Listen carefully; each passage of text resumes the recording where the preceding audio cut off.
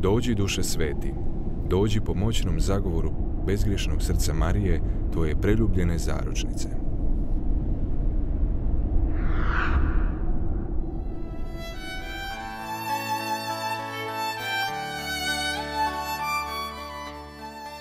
Iz Evanđelja po Luki.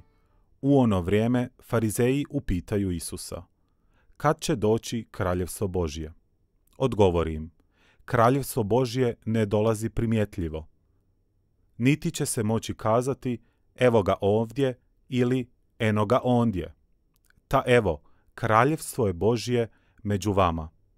Zatim reče učenicima: doći će dani kad ćete zaželjeti vidjeti i jedan dan Sina čovječega, ali ga nećete vidjeti. Govorit će vam: eno ga ondje, evo ovdje. Ne odlazite i ne pomamite se. Jer kao što munja sjevne na jednom kraju obzorja i odbljesne na drugom, tako će biti i sa Sinom čovječim u dan njegov. No prije treba da on mnogo pretrpi i da ga ovaj naraštaj odbaci.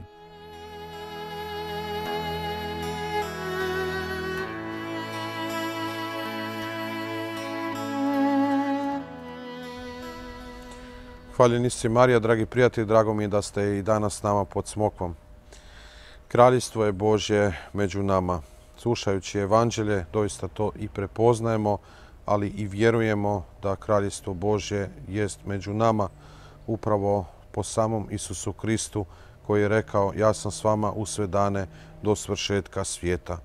Nije nas ostavio siročad, nego je trajno prisutan s nama kroz svete sakramente, kroz prisutnost, kroz snagu Duha Svetoga kojeg smo primili, ali po kojem zapravo živimo, djelujemo i rastemo svakodnevno. Zato današnja Božja riječ nekako želi biti svima nama poticaj i ohrabrenje, ne samo za one koji su ga slušali u onom vremenu, nego i za nas danas koji živimo, koji jesmo u našoj stvarnosti i svakodnevnici. I dok mnogi možda ne razumiju kako i na koji način se očituje Božja blizina i prisutnost, itekako vidimo da Gospodin snažno djeluje u našem vremenu i da nas hrabri i podiže.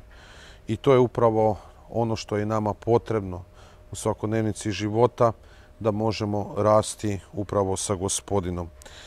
Evanđelje dalje svjedoči, kaže: zatim reče učenicima: doći će dani kada ćete zaželjeti vidjeti i jedan dan Sina čovječega, ali ga nećete vidjeti. Govorit će se vam: evo ga ovdje, evo ga ondje.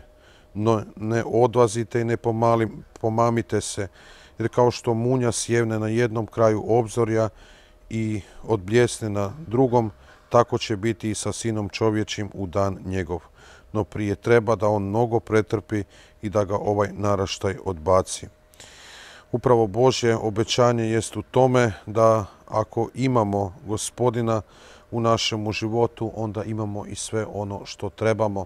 Stoga ne trebamo tražiti nekakve posebne znakove, nego evo vjerovati da je on doista s nama, kako nam i svjedoči psalam: pa da nam je dolinu smrti proći, zla se ne bojim, jer ti si sa mnom.